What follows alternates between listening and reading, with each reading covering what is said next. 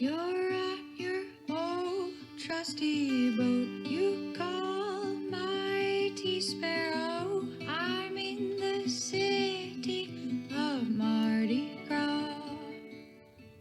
Welcome to the Sailing into Oblivion podcast. I'm your host, Jerome Rand.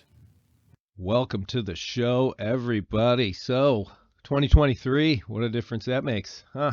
Pretty crazy. It's nice not to say 2022 anymore. Although it does mean we're all a bit older, so I don't know. I don't know if that's a good thing or not.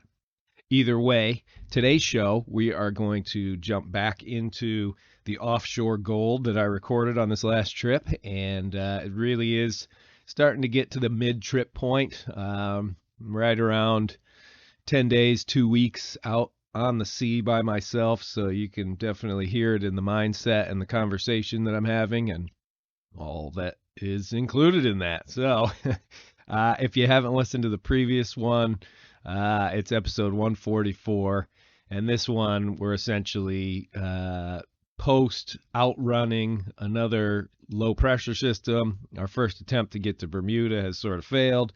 The weather closed it out, and then I added in the next iteration, and we are becalmed after everything and working on projects and such. So yeah, essentially that's today's show. And before we begin, like I always say, if you want to support the podcast, you can do so by following the link to the Patreon and join the 41 members strong. It seems to be always growing, which is fantastic. And the other thing, we do have another new shirt. So we've got 3 total in the merch line, and that link will be in the description as well. But if you just want to reach out to the show, give me some topics, questions, or just say hello, you can head over to sailingintooblivion.com and follow the podcast link to the contact the show button. That's pretty much it. And yeah, looking forward to keep pumping these out, hopefully get some more cool interviews. And basically coming up with a game plan. Sparrow is still broken and busted, but we are receiving some emails and things like that about possibly getting some gallows to be able to take the first steps to get Sparrow back up and running. But we will see how that goes. I'll keep you all updated. Other than that, here we go right into the old offshore gold. All right, check 1, 2. We are. Welcome to Stormwatch aboard Mighty Sparrow this evening. It's approximately, well, local time, I don't know, because I actually haven't shifted ahead at all. Cracking my sundowner. Oh, baby, one and done, because it's going to be a long night, but, it's tradition. I see the lovely golden hue of sunlight casting through the porthole, and it's actually, believe it or not, illuminating a beautiful picture of the Ladies Island swing bridge under a full moon. And that's probably where I'm going to end up heading towards. So funny enough. Sorry if there's a lot of background noise, but it's blowing about 15 to 20 out there. That horrible clicking noise that you're going to hear every once in a while has started up ever since the knockdown. Kind of have a feeling I might have knocked a few bulkheads loose, if you know what I mean, around this boat, and that's not good. So I don't know if the outer shell and the rest of the boat are twisting and tweaking a little bit, but that noise is no fun, and I don't like it, and I don't know what it is, and I can't seem to get it to stop. So in any event, we are on, we're just finishing up 24 hours of pushing Sparrow as hard as possible. Very irresponsibly, just trying to get every last bit of mileage out of this ocean as we possibly can. No, actually, I think Sparrow really enjoyed it. We started out yesterday. Oh, geez. No, we're on to like 48 hours almost. Yeah, because we started out super light winds, and then we got to start sailing through the night, and then all day yesterday, yeah, we were wing on wing, just blasting straight downwind due south. And then today, somewhere around like 1 in the morning, it started coming a little bit more out of the east, and so we were able to jibe the boat over and then put up the drifter as well as a full main and just blast. To boot, we also had a nice, like 6 foot or so big swell. I think it's remnants actually still of the gale that we were in up near the Gulf Stream a few days ago. So we're still trying to ride that one out in effect. But so that's coming down directly from the north. The wind is coming from the northeast, and we are broad reaching under full canvas due south. That, my friends, is a mixture for perfection. Now, Mongo, the wind vane, has a little trouble with it because when you're accelerating from about 5.5, 6 knots of boat speed up to 10, 11, 12 knots when you surf one of these swell, and we're doing that every 13, 14 seconds. Gets a little testy. It's hard for him to keep up, but you know what? Salute to you, Mongo, because you nailed it. We were able to just gain a huge amount of miles today. It's absolutely phenomenal. Boy, this squeaking chair. I wish I could do something about it. Give me a second here. See if we can. If I do that, that might help. It's like it just wants to squeak. Oh, there we go. Hey. Nice. Okay. We're looking good. Well, and we've basically sorry, let's stay on point here. We're on the edge. We're on the cusp of this low pressure system. Now, due north of us, by not very many miles, it is going to be blowing 35 steady. Like that's the wind speed, and then there's going to be gusts on top. So that's gale force 8, really ugly weather. You go a little further north than that, and I believe it's up to force 9, so a severe gale.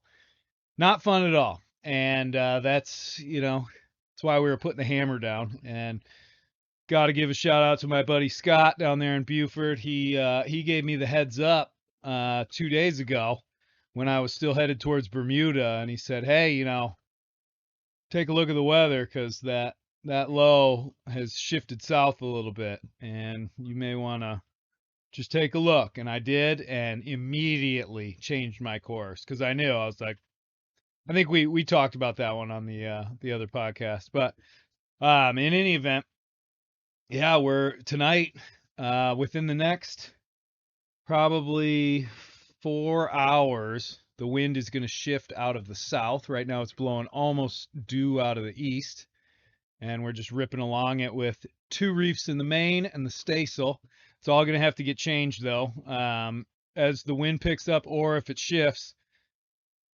I'll go ahead and get rid of the staysail first, put up the storm jib, and then throw the 3rd reef in the mainsail because we're just going to go hove to when it's due south. Or if conditions aren't that bad, we may actually just forereach to the southwest back towards the Caribbean and stuff instead of out to the open ocean, and that way we're heading in the right direction of we're going against the grain, so to speak. So the low will be headed east, we'll be headed sort of westish. So we'll get out of the worst of the winds, faster. And that's the name of the game, because it's not that I don't enjoy a bit of thrill when it comes to a little heavy weather. It's beautiful, the waves, it's unbelievable, the speeds, there are a lot of good attributes to it. But on this trip so far, this will be number 5. If these winds peak out, above 30, or if they get to 29 or above and just stay there, then that's the fifth near gale or gale that we've been dealt with on this trip. I've been out here for like 11 days. I don't even understand what's going on, but the Atlantic in November, I suppose. So in any event, yeah, so we're looking pretty good right here right now.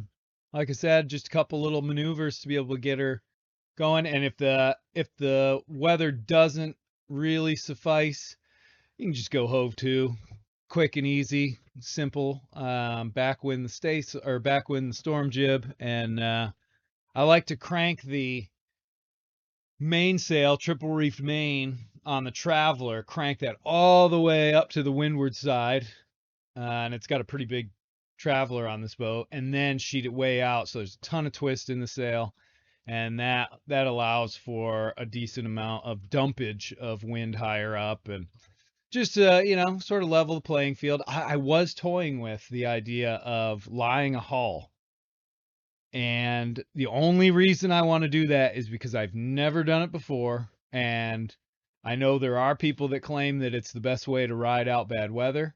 Um, I've also read plenty of stories where when people were lying a haul was when they got hit by a monster wave and rolled straight over. I don't know. I kind of figured in the end my decision probably not to do that is mostly because I don't know the overall structural integrity of Mighty Sparrow right now. I have a feeling she's pretty beat up from what she had went through. So I kind of want to just play it safe, not mess around a little bit. Maybe next time I go out, next time once I get everything fixed up and all that sort of stuff, and I'm back out at sea, get some near gale or whatever. Yeah, lie hull, check it out, see what happens. Because worst case scenario, you just have to get up there and throw some sort of something up and then peel out of it. But it's easier said than done. I just don't know. I don't understand how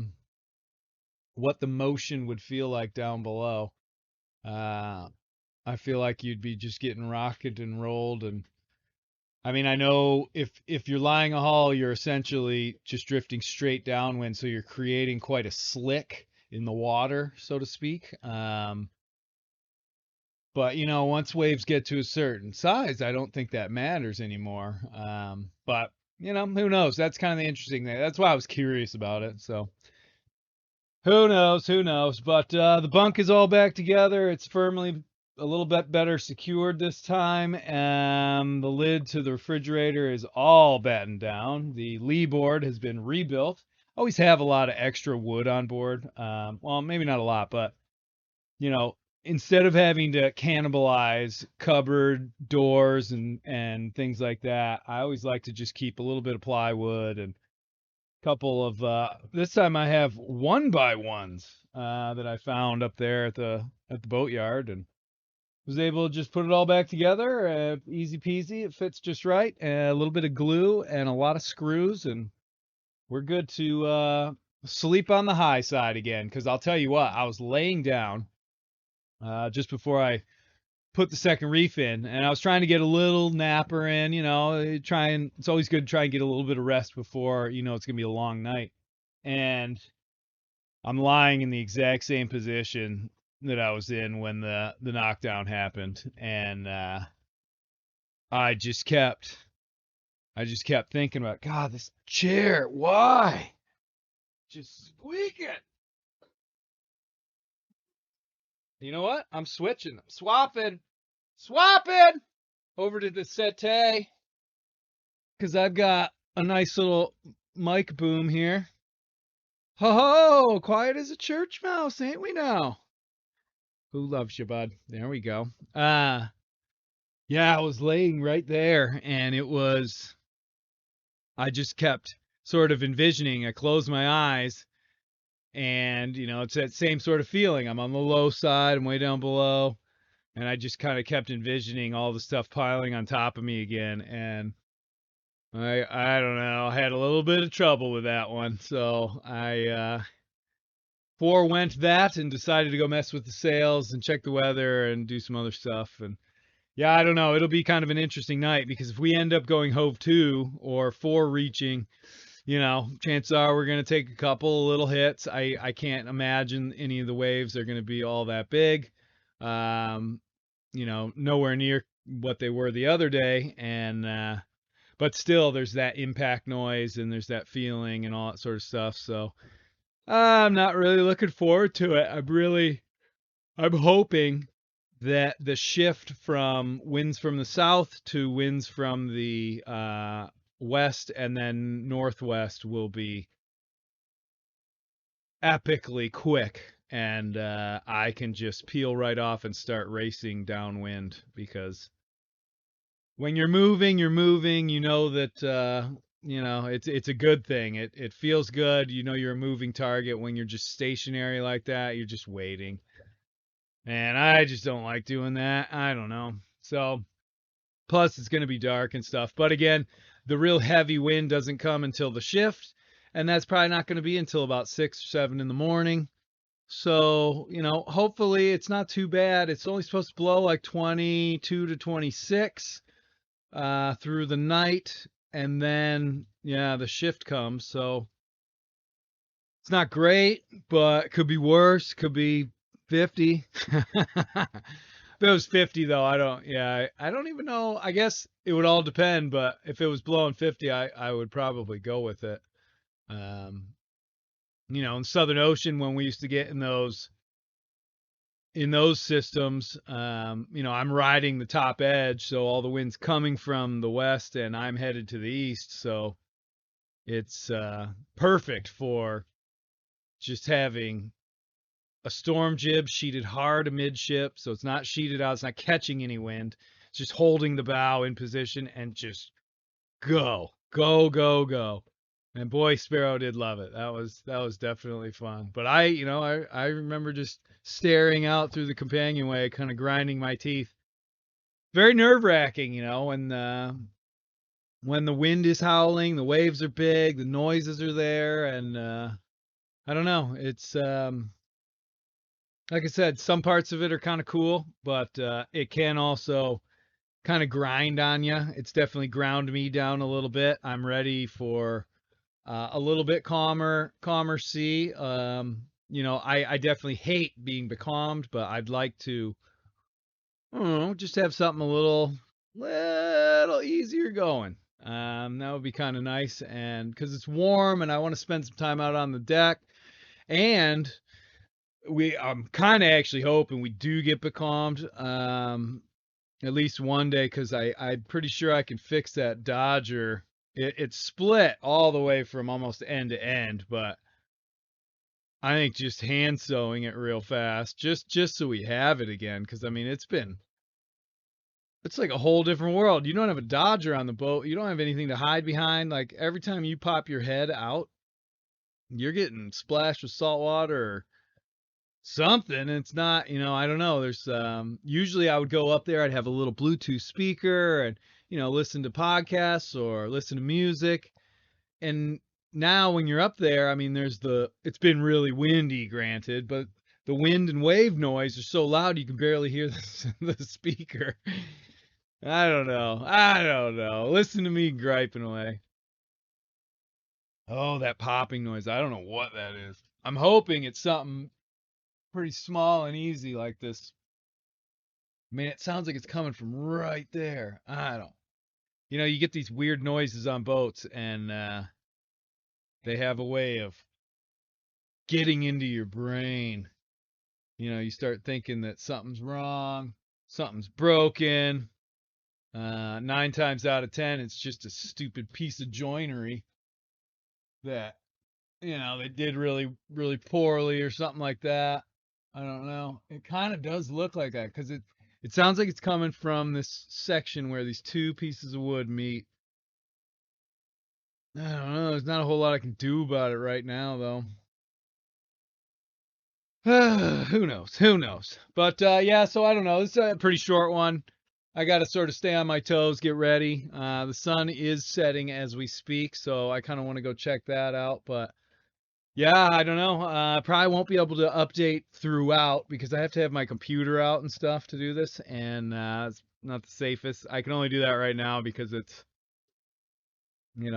relatively calm out. But boy, what a day! Just flying, absolutely flying. It was just miraculous to see. I took a lot of good filming and stuff like that, so I'm hoping to be able to put together quite a neat little montage or whatever. And yeah, Just it was incredible to watch Sparrow do her thing and fly with those waves and just surf and surf and surf over and over and over again. And yeah, I mean, 10, 11, 12 knots, like it was nothing, like it was no problem at all. And I absolutely love that. It's nice to be able to put the hammer down when it's needed, but I can't take credit for that because it really just was the conditions, you know, broad reaching, following swell, no head seas. What else could you ask for? So just about perfect. But yeah, we're gonna go through this one.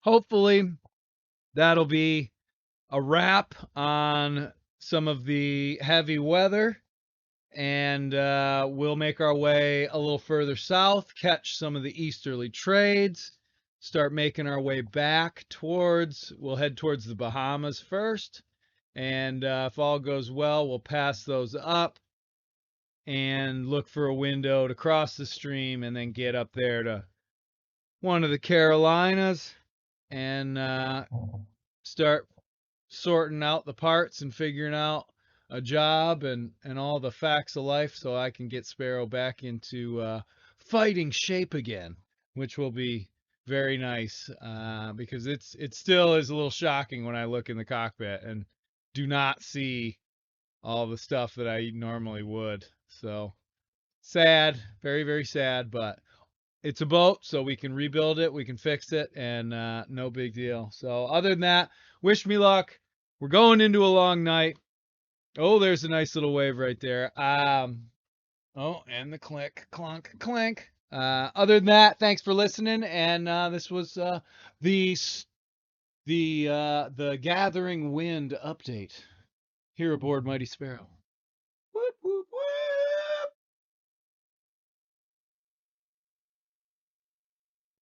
Hey, hey, hey, hey. Welcome to the Becalmed podcast here at, let's see, where are we? 200 miles south of Bermuda.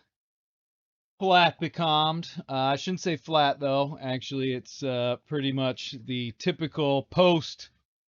Ugh. Post gale. Low pressure system. Calm. I'm sure you can hear all the noises in the background. Jeez.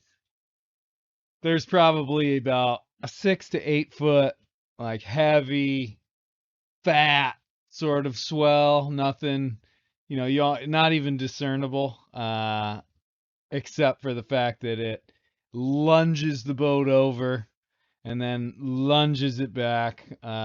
You could fit a stadium in between these waves. They're sort of the remnants, I guess, of the worst parts of this last storm that we went through.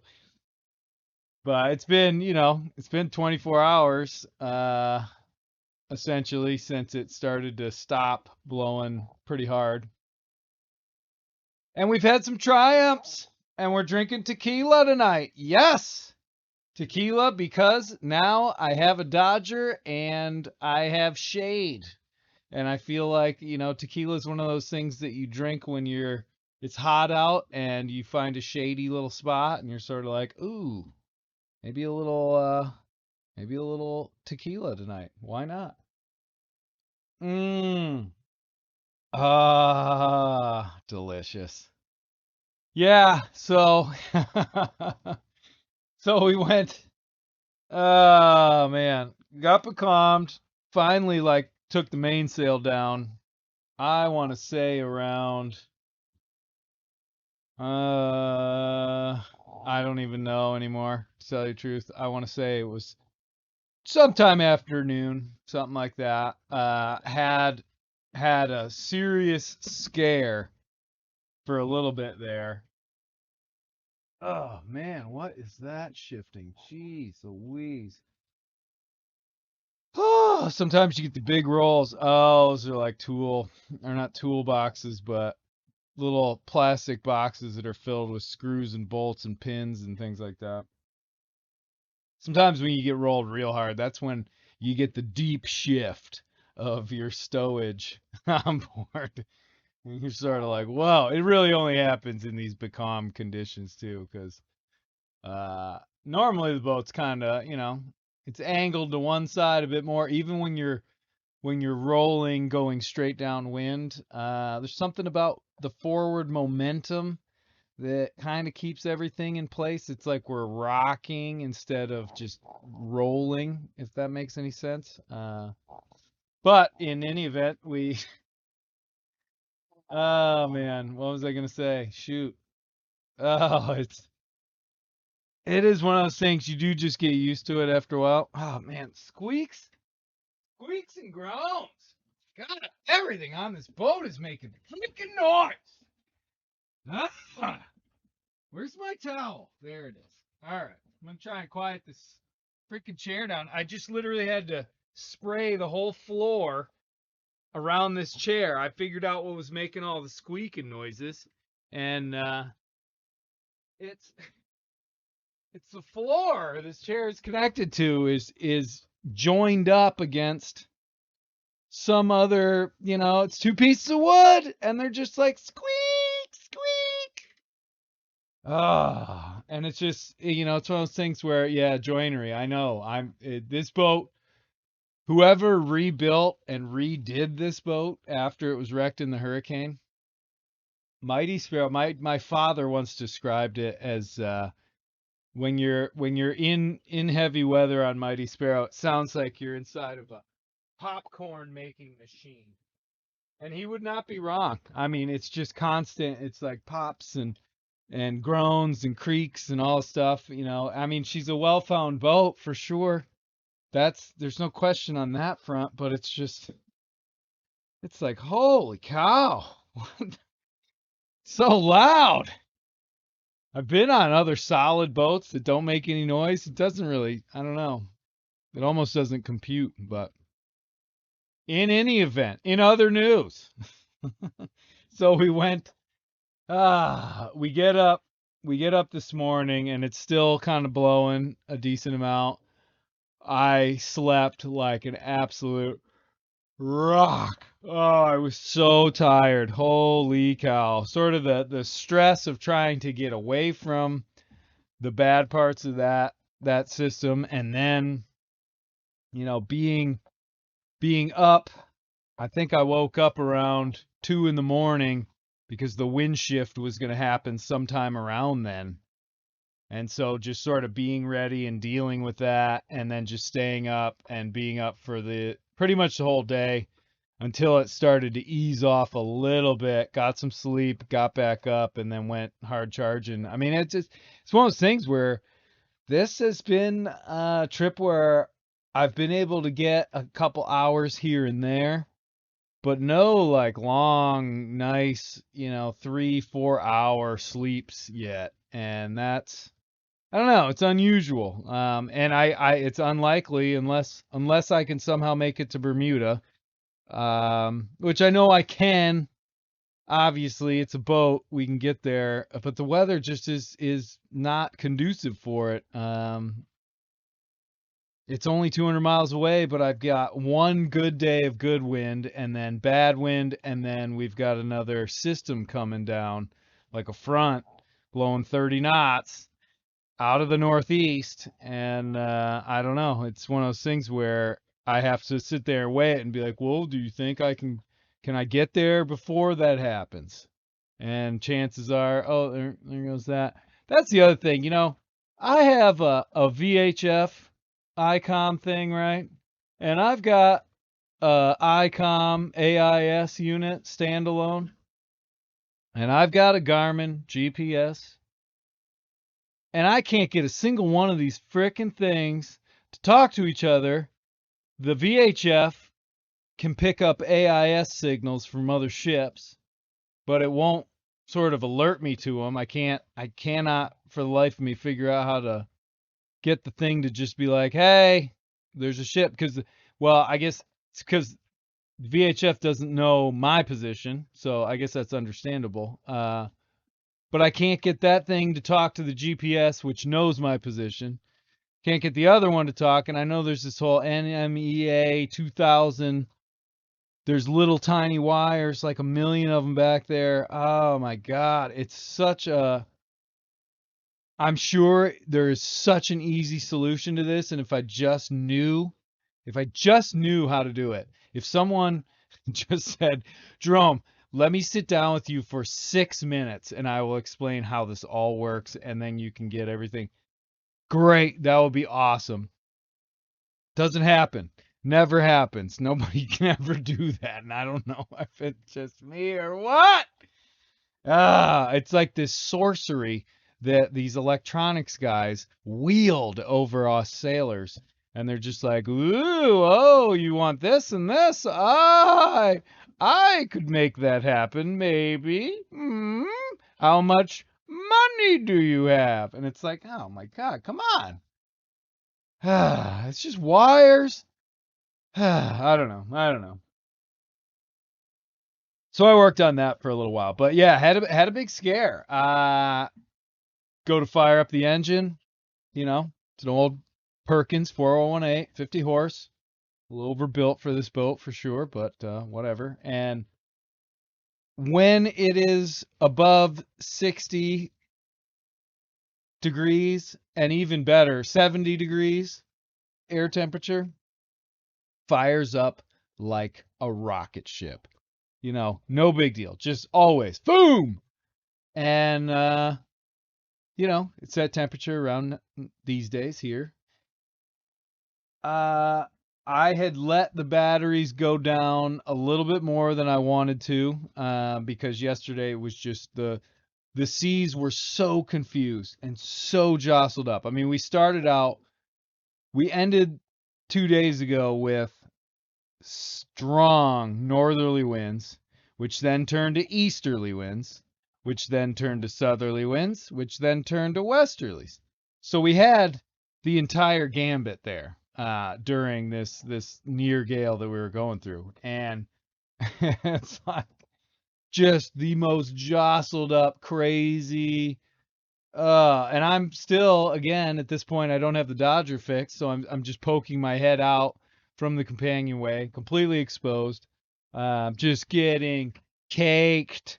I was literally wiping my face, and there was like dried salt crystals. I could have salted, some chicken or some vegetables or something. I mean, it was ridiculous. But I don't know. For some reason I enjoy when I get into those sort of conditions where the waves are breaking and every once in a while you take a big hit or something like that. I like to be able to be out there and seeing and witnessing what's going on, especially because we were sailing on more of a broad reach instead of like a dead downwind because I wanted to get further south to just get out of the heavier weather faster. And so, for a little while we were actually beam reaching, so waves were sort of on the side, but we could do that because they hadn't built up so much and they weren't breaking at that point. And it's one of those things where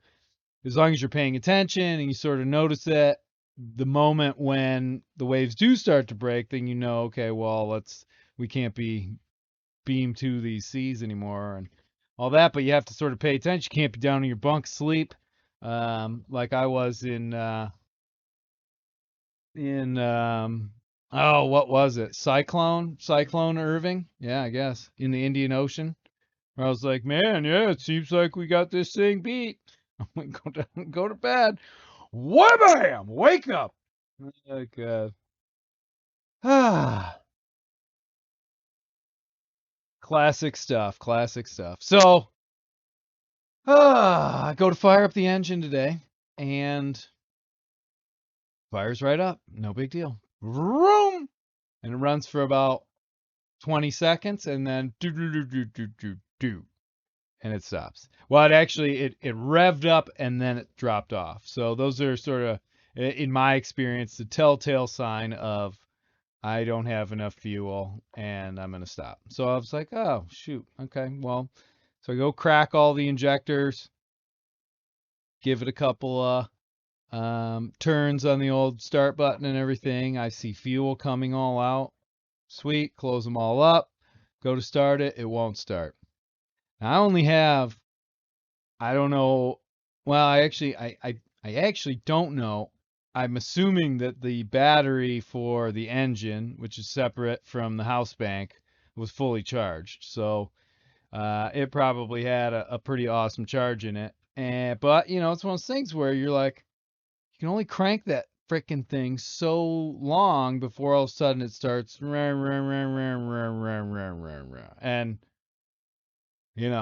right now, unfortunately, there's no like second chances in this game that I'm playing here.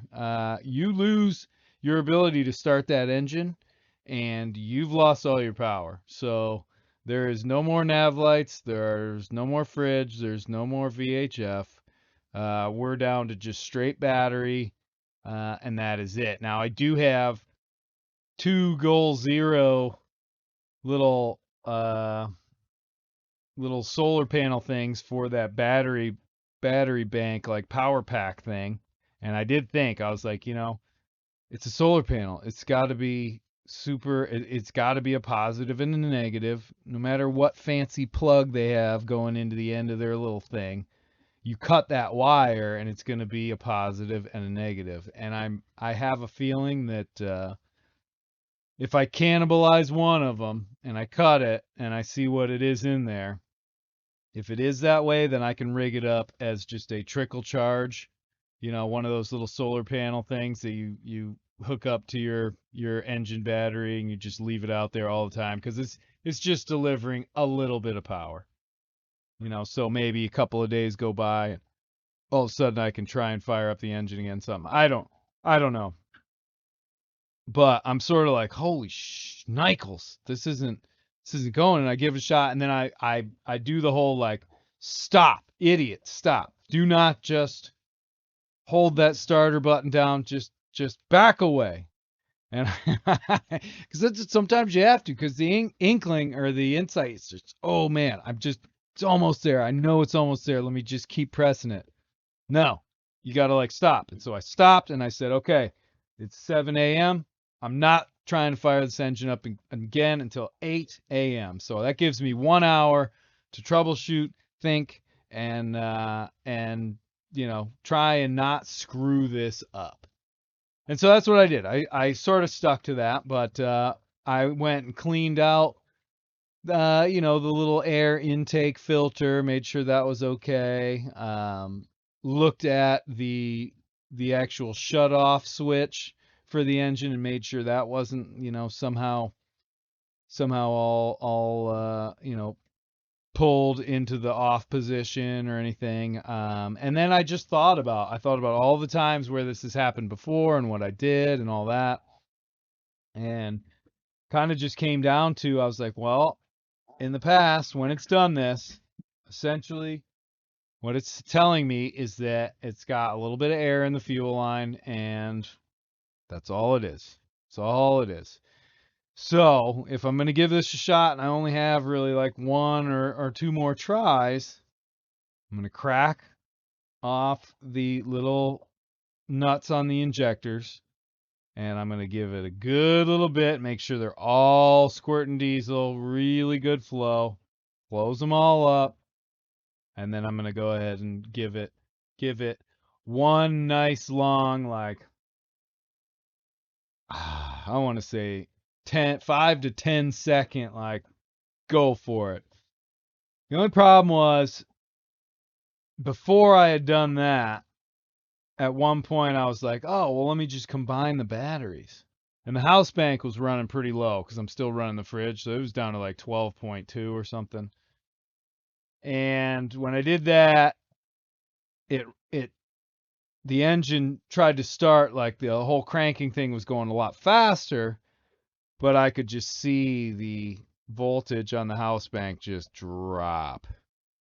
And so eventually, after I waited maybe until 7:30 and I had my game plan, I know I couldn't make it last all the way.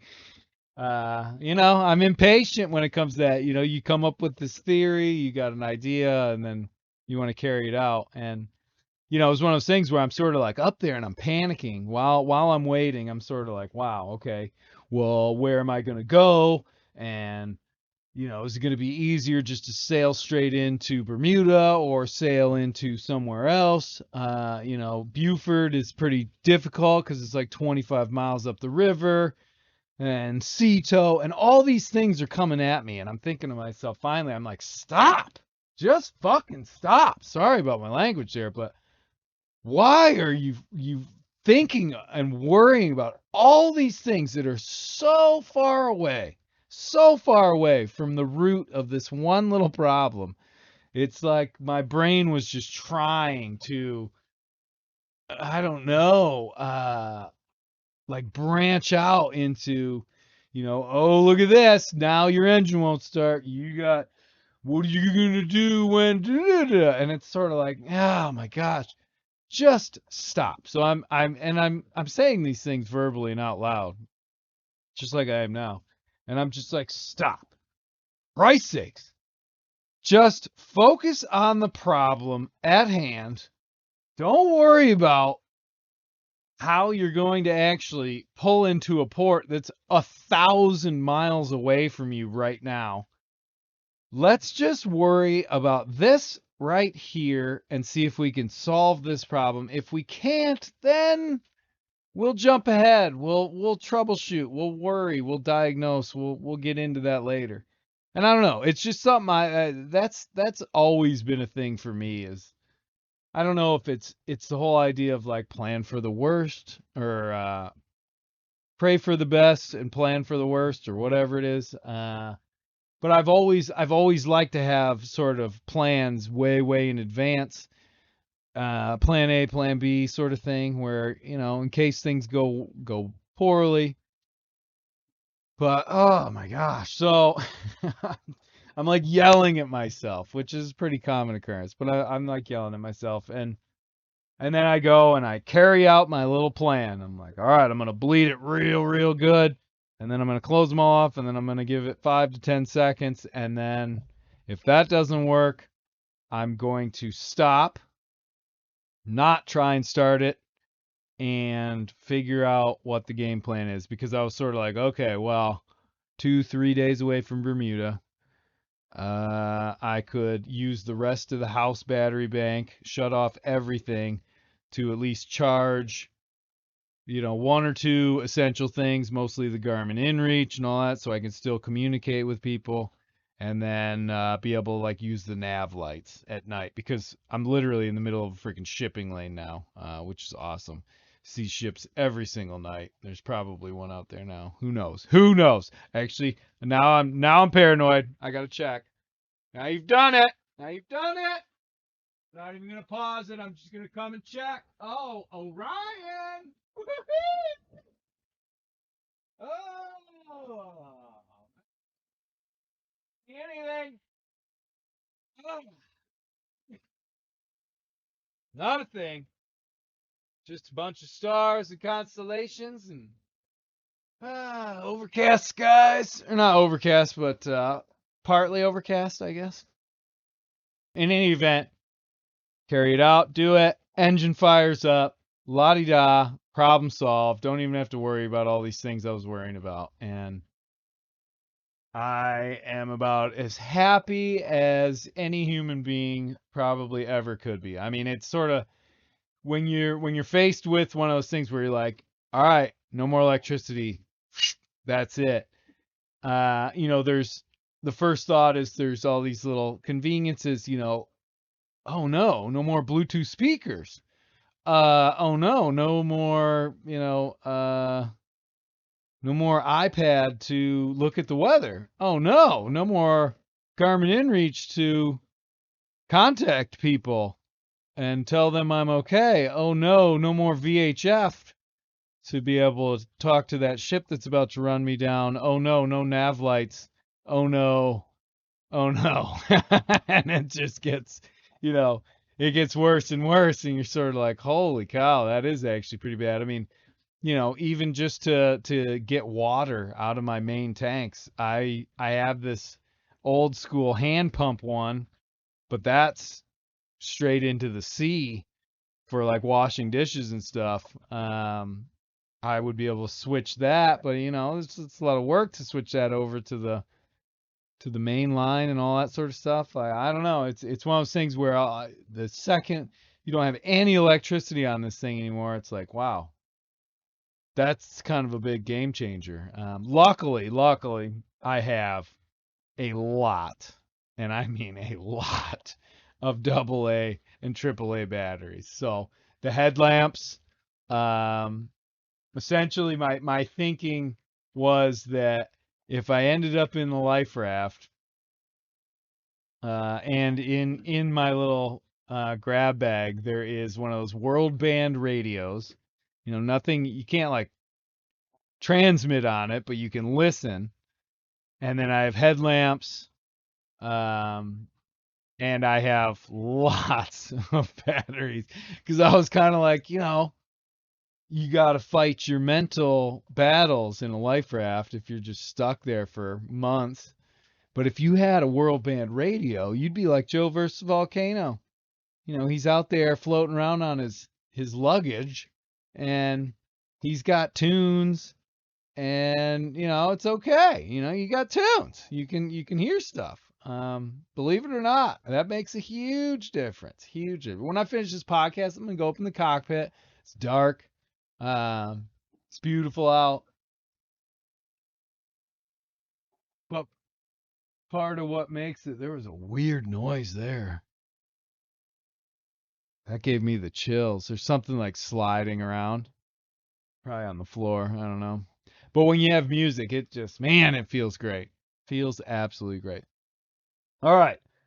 Train of thought. Here we go. So fire up the engine, feeling great. Again, awesome. Um, Let it just roll all day, basically. I let it roll for like 4 hours, wanting to give the batteries full charge because I still have the fridge going, which is a bit of a drain, but there's ham and bacon in there and stuff. Although, it's one of those things I have to sort of see. Part of me wants to just get rid of all the foods in the fridge so I can just shut it down, and then not have to run the engine every single day because it's kind of annoying to run the engine every single day. But I don't know, and that's part of the reason I would love to get into Bermuda, because if I could just get in there real quick and get the AIS aerial, and then just pick up like one small solar panel that I can throw out somewhere on this boat that will just allow me to trickle in a little bit of power during the daytime. That would be fantastic. Just supplement. I know it's not going to charge the whole thing fully, but maybe give me just a little bit. Mmm.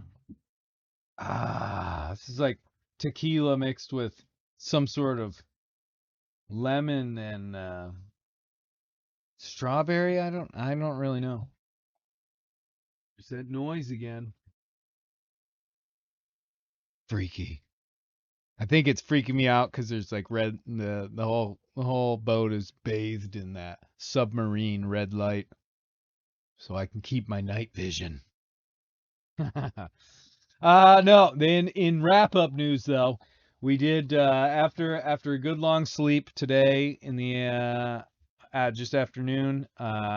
Woke up, smacked myself in the face, and was like, "All right, let's do this. It's Dodger time." So we undid the Dodger that was ripped in half, brought it down below.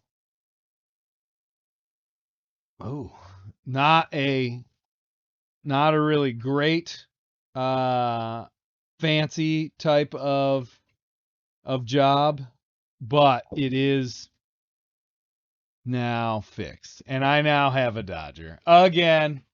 But it was kind of funny because I get it, I fix it, and then I'm up there and I'm installing it back onto the stainless steel stuff, and then I'm like, oh, there's a pop rivet missing. So I go down, get the rivet gun, put the pop rivet in. Then I go, and then I'm like, oh no, I forgot I had to sew that zipper part on. So it all comes back down. I sew this zipper back on. And then I go back up and I hook it all up.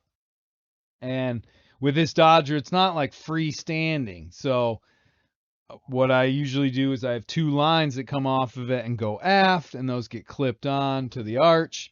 and that's what sort of makes everything rigid. And I go, I have the line in my hand, and I turn to go clip it on, and I'm like, oh no, there's no more arch anymore. So one side is hooked off to the lifeline, the other one is going back towards the backstay.